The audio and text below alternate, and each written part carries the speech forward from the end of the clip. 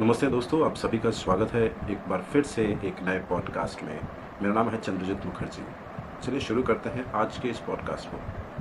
दोस्तों, मैं जानता हूं कि हम लोग किसी भी फील्ड में रहें, किसी भी फील्ड में काम क्यों ना करें, किसी भी समाज में रहें, किसी समाज व्यवस्था का पार्ट क्यों ना बने, हमारे दिमाग में एक चीज़ फीड कर दी जाती है दोस्तों कि एक पुराना एक कॉन्सेप्ट है, एक हिंदी में इसको कहते हैं कि अगर तुम पानी में रहना है तो मगरमच्छ से बैर नहीं करनी चाहिए।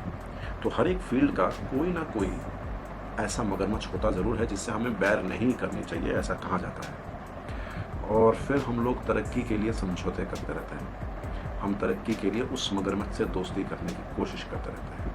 कई बार अगर हमें पता भी चले कि वो मगरमच्छ गलत कर रहा है, फिर भी हम उसकी हाँ में हाँ भरते हैं, क्योंकि हमें लगता है कि उसके साथ दोस्ती करने से ही हमें हमारी एक्चुअल जो पोटेंशियल है हमारे अंदर, उसको हम निखार सकते हैं। और इसके चलते हम लोग जो कॉम्प्रोमाइज़ करते हैं, उन कॉम्प्रोमाइज़ को करने की वजह से ऑलमोस्ट 99% केसेस में हम लोग अपनी 100% पोटेंशियल जो है उसको यूज़ नहीं करते हैं, हम जुगाड़ू बन जाते हैं।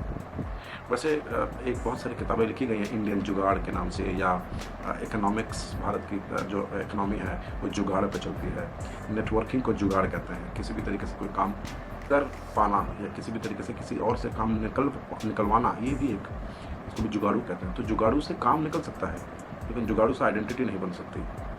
तो क्यों नहीं बन सकती? उसका वजह यह है कि उन्हें लगता है कि वो उनको काम उनका निकल रहा है, लेकिन वो अपनी 100% पोटेंशियल को इस्तेमाल नहीं कर रहे, क्योंकि उसकी ज़रूरत नहीं पड़ रही। उससे पहले ही जुगाड़ से काम हो जाता है, मेहनत की, उस अल्टीमेट पोजीशन की मेहनत की ज़रूरत नहीं पड़ रही। तो मेरे हिसाब से दोस्तों, बंधु, ऐसा है कि मैं अपने एक दोस्त से बात कर रहा था और हम लोग ऐसे ही पॉडकास्ट के बारे में बात कर रहे थे कि क्या करना चाहिए, किस तरह की पॉडकास्ट और आपके सामने लाना चाहिए। और बहुत अच्छा दोस्त है मेरा, और वो भी शेयर कर रहा था, वो उसके बाद बहुत अच्छा लिखता है वो, तो वो भी शेयर कर रहा था कि ऐसा कुछ स्क्रिप्ट लिखी जाए, कुछ काम किया जाए साथ में।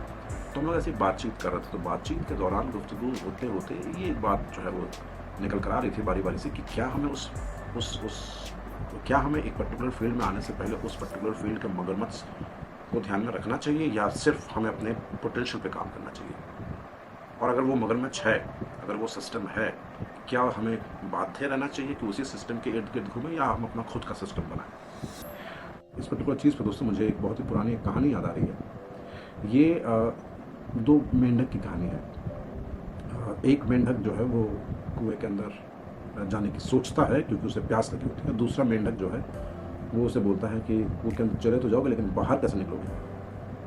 तो दूसरा मेंढक जब दूसरा मेंढक उसे चेतावनी दे रहा होता है कि तुम बाहर कैसे निकलोगे, तो पहला वाला बोलता है कि निकलने का जुगाड़ कर लेंगे, फिलहाल तो अंदर जाते हैं। तो ये तय होता है कि ये लोग, जो दूसरा मेंढक था वो कुएं के ऊपर खड़ा रहता है, पहला मेंढक जो है वो अंदर जाता है। तो पानी पीता है, खूब पानी पीता है, खूब मज़े में अपनी ज़िंदगी बिता रहा होता है। और जब उसकी प्यास खत्म हो जाती है तो वो उठने की कोशिश करता है, तो देखता है कि वो दीवार जो है कुएं के अंदर का इतना स्लिपर है कि वो उठ ही नहीं पा रहा। और जो ऊपर जो दूसरा मेंढक था वो इसी डर के बारे में उससे बता रहा था कि जिस दिन आप उस मगरमच्छ से दोस्ती करने की सोच लिए, आप उसके दायरे के अंदर अपने पोटेंशियल को इस्तेमाल करने लगे, आपने अपना दायरा नहीं बढ़ाया दोस्तों। ये जो दूसरा मेंढक था, ये भूखा ज़रूर था, ये प्यासा ज़रूर था, लेकिन ये खूब मेहनत करता है और अपना कुआं खुद खोदता है। ये अपनी पानी की व्यवस्था, अपनी भूख को मिटाने की व्यवस्था ये खुद करता है। समय लगता है, लेकिन ये कॉम्प्रोमाइज़ नहीं करता है।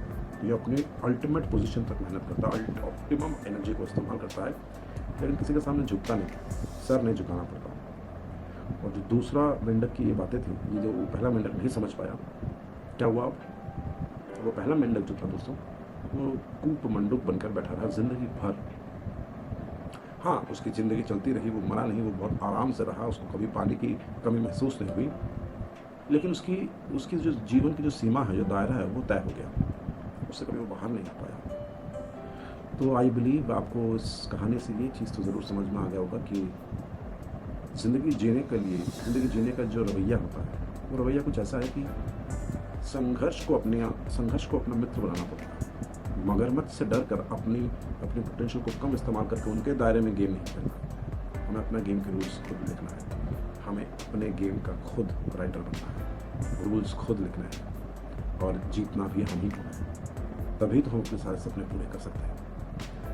तो मेरे हिसाब से उस मगरमच्छ से, आप किसी भी फील्ड पर हैं, उस मगरमच्छ से डरने की कोई ज़रूरत नहीं। दुनिया बहुत बड़ी है, अपॉर्चुनिटीज़ बहुत बहुत ज़्यादा विशाल रूप में अपॉर्चुनिटीज़ हैं। अगर एक मगरमच्छ आपकी ज़िंदगी में डिस्टर्बेंस क्रिएट कर रहा है तो छोड़ देते हैं, दूसरा काम ढूंढते एक दूसरा नगर बसा लेंगे, लेकिन मगरमच्छ की वजह से हम अपनी पोटेंशियल्स के साथ कॉम्प्रोमाइज़ नहीं करेंगे। तो ये थी एक छोटी सी पॉडकास्ट में दोस्तों। अगर आपको ये पॉडकास्ट कुछ फ़ायदेमंद लगी है, कुछ अच्छा लगा है, तो ज़रूर कमेंट सेक्शन में बताइएगा कि आपको कैसा लगा। और अगर वाकई में अच्छा लगा है तो चैनल को सब्सक्राइब करना, लाइक करना, शेयर करना बिल्कुल मत भूलना।